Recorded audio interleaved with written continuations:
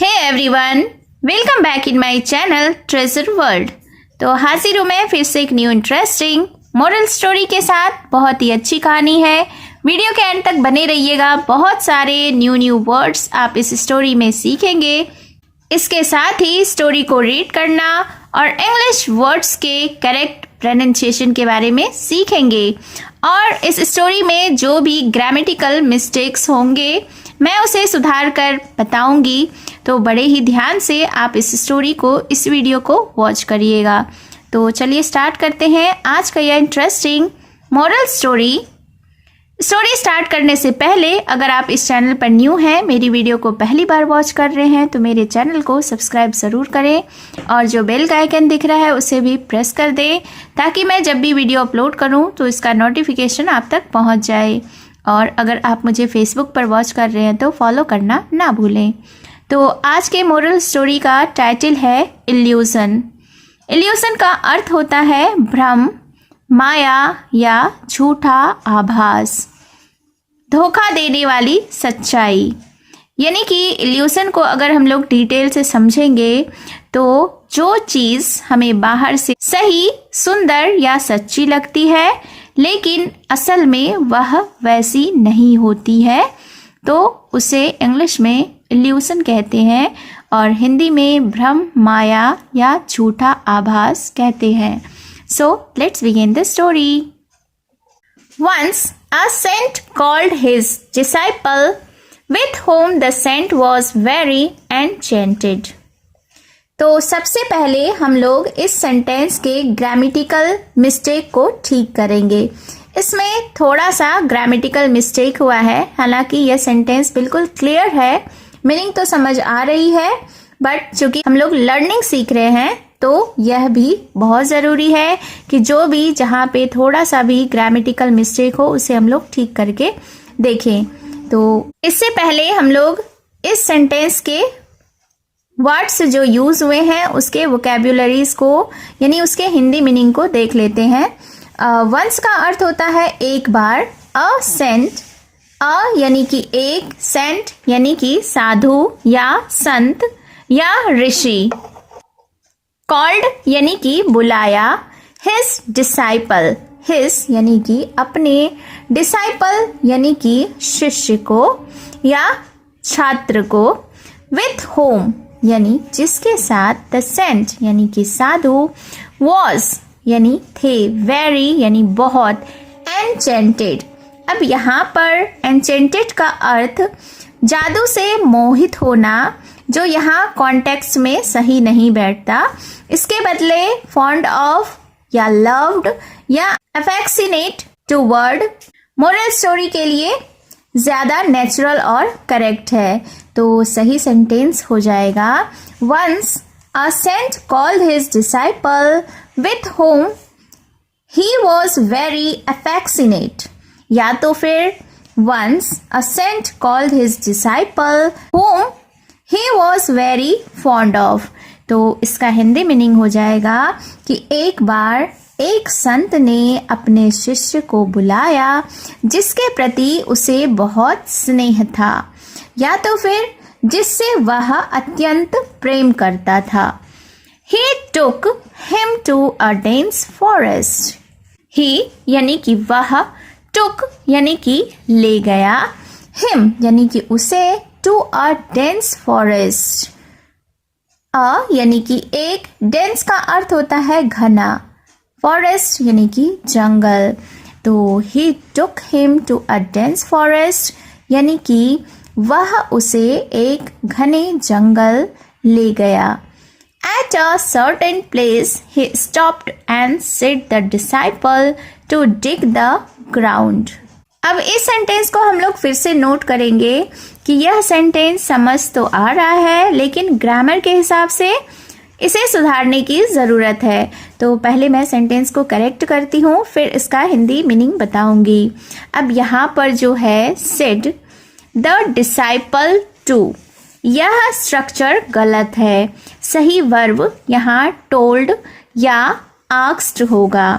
तो correct sentence होगा at a certain place he stopped and told the disciple to dig the ground, यानी कि एक जगह पर उसने रुककर शिष्य से जमीन खोदने को कहा, या तो फिर एक निश्चित स्थान पर पहुंचकर वह रुका और अपने शिष्य से जमीन खोदने को कहा।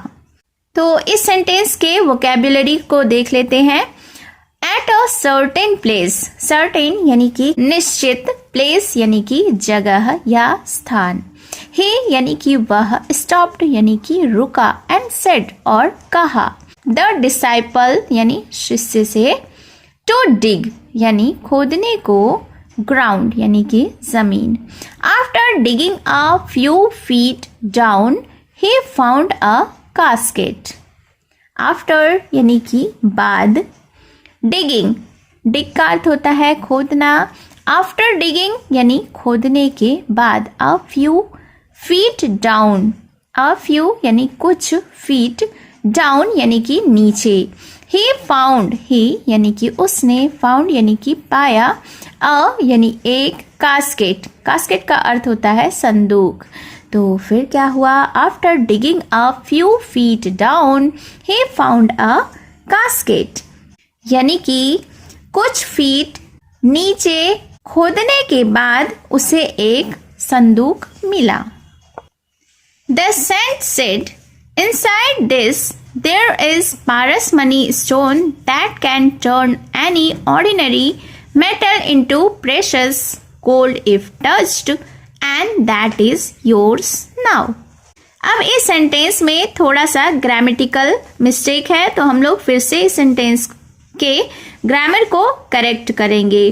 तो करेक्ट सेंटेंस होगा, the saint said inside this casket is the parsimony stone which can turn any ordinary metal into precious gold with its touch. It is yours now. यानी कि संत ने कहा, इस संदूक के भीतर पारसमनी पत्थर है जो अपने स्पर्श से किसी भी साधारण वस्तु को कीमती सोने में बदल सकता है। अब यह तुम्हारा है। The disciple, being so learned, thought that if there would have been any relevancy of what the saint said, the iron casket would have been changed into gold. Again इस सेंटेंस में हम थोड़ा सा ग्रामेटिकल मिस्टेक को ठीक करेंगे। तो यहाँ पर being so learned incorrect use है, सही होगा learned, यानी कि यहाँ पे being so learned के बजाय learned, intelligent या wise होगा। और यहाँ पर जो है if there would have been, यह रॉन्ग कंडीशनल स्ट्रक्चर है। यह सेंटेंस बहुत हैवी और अवेकवर्ड लग रहा है, तो करेक्ट एंड नेचुरल सेंटेंस होगा, the disciple being well learned thought that if what the saint had said were true, the iron casket would have turned into gold. यह था बेस्ट मोरल स्टोरी वर्जन। तो इसका मैं simple version भी बताती हूँ। इसका सिंपल वर्जन हो जाएगा, the disciple being intelligent thought that if the saint words were true the iron casket would have become gold. तो इसका अर्थ होगा कि शिष्य जो बहुत विद्वान था वह सोचने लगा कि यदि संत की कही बात सच होती तो लोहे का संदूक सोने में बदल गया होता। या तो फिर विद्वान शिष्य ने मन ही मन सोचा कि अगर संत की बात में कोई सच्चाई होती तो यह लोहे का संदूक कब का सोना बन चुका होता। तो अब हम लोग इस सेंटेंस के वोकैब्युलरीज को देख लेते हैं। द डिसाइपल यानी कि शिष्य, बीइंग यानी होने के कारण, चूंकि मैंने इस सेंटेंस को चेंज किया था तो यहाँ पे वेल लर्नड यानी अच्छी तरह शिक्षित या विद्वान। थॉट यानी ने सोचा, दैट कि, इफ यदि, what the saint had said यानी जो संत ने कहा था, were true यानी सच होता, the iron casket लोहे का संदूक, would have turned बदल चुका होता, into gold यानी कि सोने में। Musing this, he threw the casket, but as he returned back where he found the casket, it had been turned into gold. Musing यानी कि मन ही मन सोचते हुए या चिंतन करते हुए।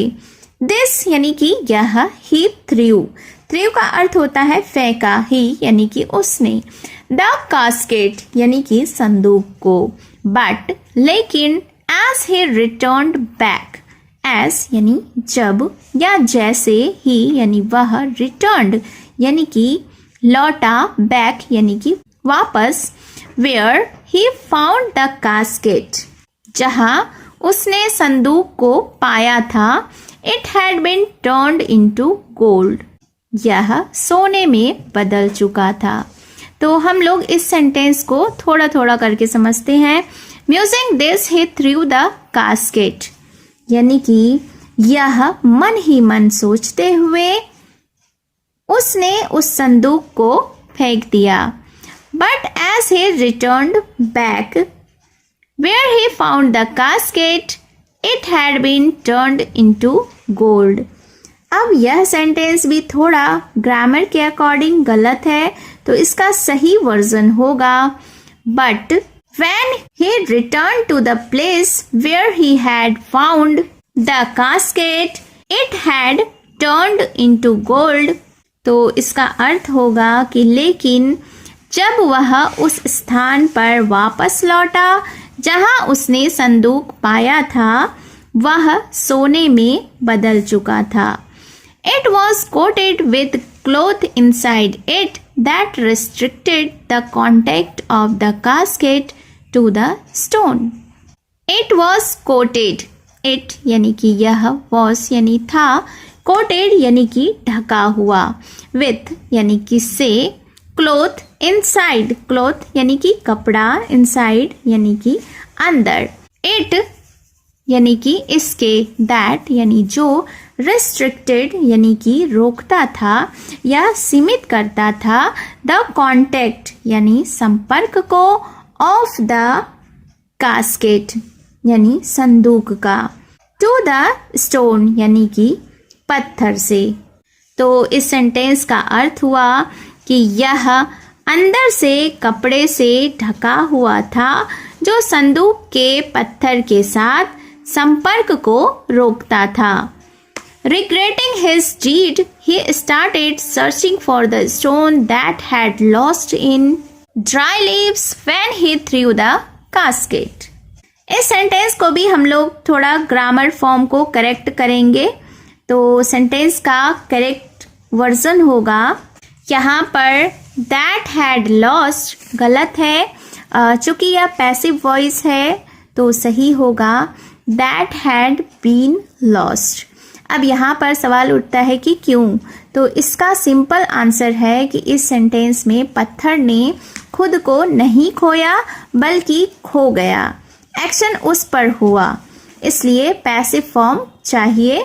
इसका स्ट्रक्चर होता है had been plus past participle, और सेकेंड नंबर प्रीपोजिशन इन यहाँ पर गलत है, यहाँ अमोंग सही होगा, इन ड्राई लीव्स नहीं होगा बल्कि अमोंग द ड्राई लीव्स होगा, क्योंकि इन किसी बंद सीमित जगह के लिए यूज होता है, जबकि अमोंग बहुत सारी चीजों के बीच।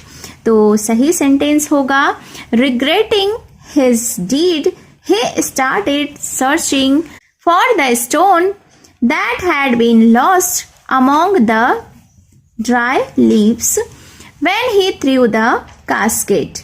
अब regretting का अर्थ होता है पछताते हुए, his यानी कि अपने, deed यानी कि कृत्य या किए हुए काम पर, he यानी कि वह, स्टार्टेड यानी कि शुरू करने लगा, सर्चिंग यानी खोजने, फॉर यानी के लिए, द स्टोन यानी कि उस पत्थर को, दैट जो, हैड बीन लॉस्ट खो गया था, अमोंग यानी के बीच, द ड्राई लीव्स यानी सूखे पत्तों के, व्हेन यानी कि जब, ही थ्रू ही यानी उसने, थ्रू यानी कि फेंका, द कास्केट यानी संदूक को। तो इस सेंटेंस का अर्थ हुआ कि अपने किए पर पछताते हुए वह उस पत्थर को खोजने लगा जो सूखे पत्तों के बीच खो गया था जब उसने संदूक फेंका था।